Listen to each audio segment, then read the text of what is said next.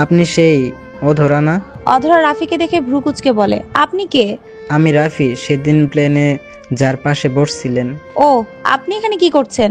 আসলে কাজ বজ্জাত মহিলার জন্য অপেক্ষা করছি। মানে? মানে হলো এই যে এই সামনে এই জায়গাটা দেখতে পাচ্ছেন না, এই জায়গাটা হলো একটা মহিলার, সেই মহিলার জন্য অপেক্ষা করছি। অধরা হাতের ইশারায় জমির জায়গাটার দিকে তাকিয়ে বলে, এই 10%? হ্যাঁ। আমি সেই মালিক, বলুন কি বলবেন। রাফি একবার জমির দিকে তো আরেকবার অধরার দিকে তাকায়। এই জমি আপনার? হ্যাঁ। আপনি 10% জমি ছাড়ছেন না কেন? আপনার জন্য আমাদের অফিসের কাজে ব্যাঘাত ঘটে। আপনাদের এখানে কে বলেছে অফিস তৈরি করতে? আমার জায়গার জন্য প্রবলেম হলে অন্য জায়গায় তৈরি করুন অফিস। আপনার জায়গা 10%, আর আমাদের জায়গার 3 ডবল করলেও জায়গার পরিমাণ আসবে না। সেক্ষেত্রে কি আপনার উচিত না জায়গাটা ছেড়ে দেওয়া? আপনার কাছে তো জায়গাটা মাগনা চাওয়া হচ্ছে না, দাম তো দেওয়া হবে। কত দিবেন আপনারা? আপনি কত চান? আমি যা চাইবো তাই দিবেন? সে দেখুন। বেশ, আমি শতাংশ প্রতি 30 লাখ করে সেল করব। জায়গার আসল দাম কত?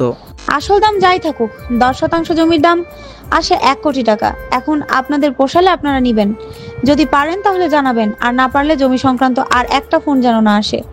কথাটা বলে অধরা চলে যায়। রাফি অধরা যাওয়ার পানে তাকিয়ে ভাবে, 10% জমির দাম 1 কোটি টাকা। মেয়েটা সুযোগ বুঝে সুযোগের দুর্ব্যবহার করছে। বাহিরে ঝিরিঝিরি বৃষ্টি পড়ছে, ঠান্ডার প্রকোপ বেড়েছে। সোফায় গোল হয়ে বসে আছে বাড়ির সকল মেয়ে সদস্য। বৃষ্টি পড়ার দরুন তুষারকে আজ বাড়ি যেতে দেয়নি সকল সদস্যরা। তুষারও মানা করেনি। চিত্রা শরীরের চাদরটা দিয়ে হাত পা সহ পুরো শরীর ঢেকে কোলে রিমিকে নিয়ে ঘাপটি মেরে বসে আছে। রিমি গুটিসুটি হয়ে চিত্রার বুকে শুয়ে আছে। চয়নিকা বেগম গরুর মাংস আর ভুনা খিচুড়ি রান্না করেছে, সাথে রয়েছে আমের চাটনি। চাটনিটা অবশ্য আগের, এই সময় তো আম পাওয়া সম্ভব না। খিচুড়ির গন্ধে ড্রয়িং রুম মৌ মৌ করছে। চিত্রা ডাইনিং টেবিলের দিকে তাকিয়ে বলে, ঘ্রাণ তো অনেক সুন্দর হয়েছে মা, আমার তো এখনই জিহ্বাতে পানি বেরিয়ে আসছে। চয়নিকা বেগম মেয়ের কথা শুনে স্মিত হাসে। রিয়া চেয়ারে বসে ফোন স্ক্রল করছে। রাতুল মেসেজ দিয়েছে, চিত্রার নম্বর চাচ্ছে। রিয়া আর চোখে চিত্রার দিকে তাকালো। চিত্রার অনুমতি ছাড়া কিভাবে তার নম্বর দিবে রিয়া? চেয়ার ছেড়ে উঠে দাঁড়ায়, চিত্রার পাশে গিয়ে বসে বলে, এই চিত্রা, একটা কথা বলতে চাই। চিত্রা নড়ে চড়ে বসে। বল। তোর নাম্বারটা আসলে রাতুল ভাইয়া চাচ্ছে, আমি কি দিব? কেন? জানি না, বললো তোকে কি একটা কথা নাকি বলবে। ও আচ্ছা, দিব? দে। রিয়া চিত্রার নম্বরটা সেন্ড করে রাতুলকে পাঠায়। রাতুল চিত্রার নম্বরটা পেয়ে বিশ্বজয়ের একটা হাসি দেয়। তুষার একের পর এক হাঁচি দিচ্ছে। ঝালের রেশ এখন বের হচ্ছে। রাফিকে ফোন দিয়ে জিজ্ঞেস করে তার রুমের জ্বরের মেডিসিন আছে কিনা। রাফি না করে দেয়। রিয়া বা মা চাচির কাছে চেয়ে দেখতে বলল।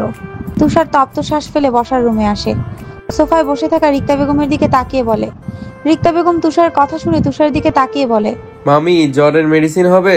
রিক্তা বেগম তুষারের কথা শুনে তুষারের দিকে তাকিয়ে বলে, জ্বরের মেডিসিন চাইছো কেন তুষার? জ্বর এসেছে? এখনো আসেনি, বোধহয় আসবে। আবহাওয়া পরিবর্তন হচ্ছে তো, ঠান্ডা অলরেডি লেগে গেছে। চিত্রা, আমার রুমে যা তো মা, দেখ খাটের পাশে বক্সে মেডিসিন আছে, তুষারকে এনে দে। চিত্রা বাচ্চাটাকে কোলে নিয়ে রিক্তা বেগমের রুমে গিয়ে মেডিসিনটা নিয়ে আসে। তুষারের সামনে মেডিসিনটা রেখে বলে, ভাইয়া খালি পেটে খাবেন না, আম্মু রান্না করেছে, খাবার মুখে দিয়ে মেডিসিনটা খান। তুষার মাথা নাড়িয়ে হ্যাঁ জানালো। সোফা ছেড়ে উঠে টেবিলের চেয়ার টেনে বসলো। চয়নিকা বেগম রুমে গিয়েছে, সেজন্য খাবারটা রিয়া বেড়ে দিল। তুষারের আনইজি লাগলো একা একা খেতে। চিত্রা রিমিকে রিক্তা বেগমের কাছে দিয়ে তুষারের অপর পাশে চেয়ারে বসে বলে, রিয়া আমাকেও দে, আমিও আর না খেয়ে থাকতে পারলাম না। রিয়া স্মিত হেসে চিত্রাকে প্লেটে খিচুড়ি আর মাংস বেড়ে দিল। এর মধ্যে রিমি কান্না করে উঠল। রিক্তা বেগম রিয়াকে ডেকে বললেন, রিমি হয়তো ঘুমাবে, তাকে নিয়ে যেন ঘুম পাড়ায়। রিয়া শাশুড়ি ডাক শুনে মেয়ের কাছে গিয়ে দেখে সত্যি তার মেয়ে ঘুমাবে। মেয়েকে নিয়ে রুমে চলে গেল। রিক্তা বেগমও উঠে নিজের রুমে চলে গেল। ড্রয়িং রুমে রইল চিত্রা আর তুষার। তুষার খাওয়ার মাঝে বারবার আর চোখে চিত্রার দিকে তাকালো। চিত্রা মনের সুখে খেয়ে চলেছে। তুষার পানিটা খেয়ে প্লেটে হাত ধুয়ে মেডিসিনটা খেয়ে নেয়। এর মধ্যে চিত্রার ফোন বেজে ওঠে।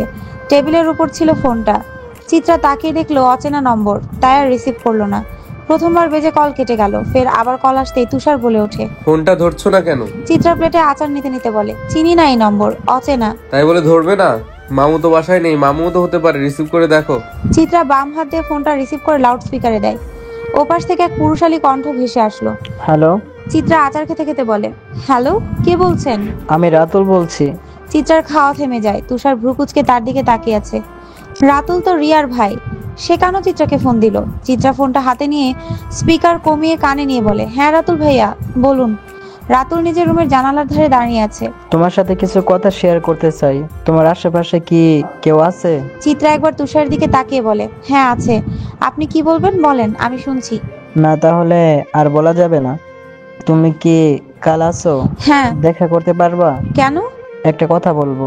হ্যাঁ সেটা তো আমিও জানি, আপনি বলুন সেই কথাটা। সামনাসামনি বলতে চাই।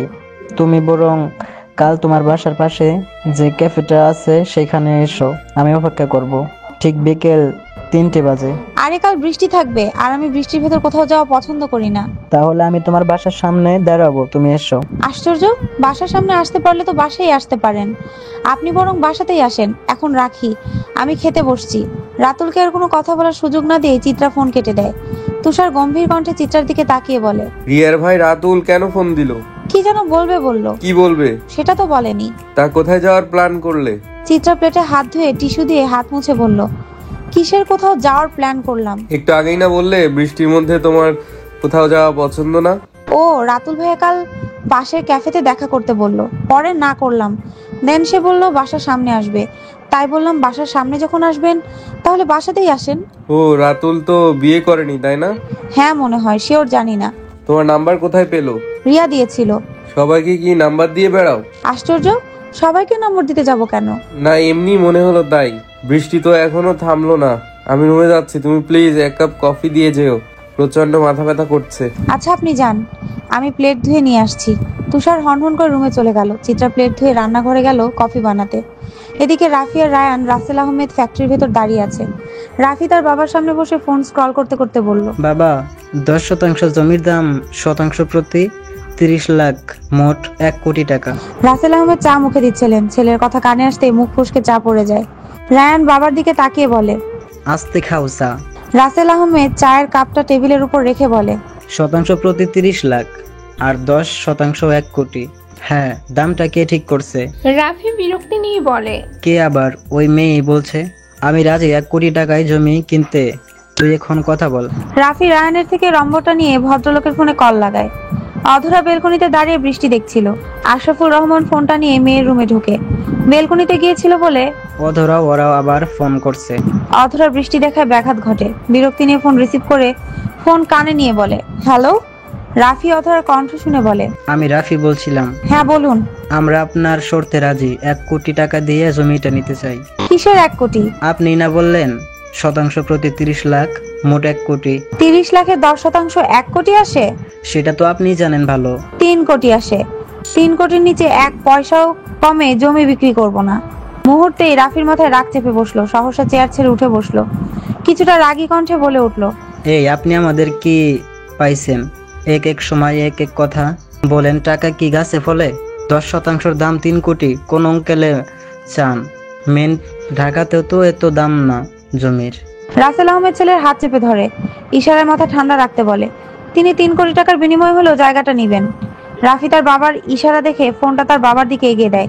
নাও তোমার জমি, তুমি কথা বলো। রাসেল আহমেদ ফোনটা নেয়। হ্যালো, আমরা আপনার শর্তে রাজি, 3 কোটি টাকাই দিব, তবুও জায়গাটা চাই। ঠিক আছে, কাগজপত্র সহ টাকা রেডি করুন। আর হ্যাঁ, ছেলেকে ভদ্রতা শিখাবেন। কথাটা বলে অধরা ফোন কেটে দেয়। সুযোগ একবার আসলে সেই সুযোগকে কাজে লাগাতে অধরা ভালো করেই জানে।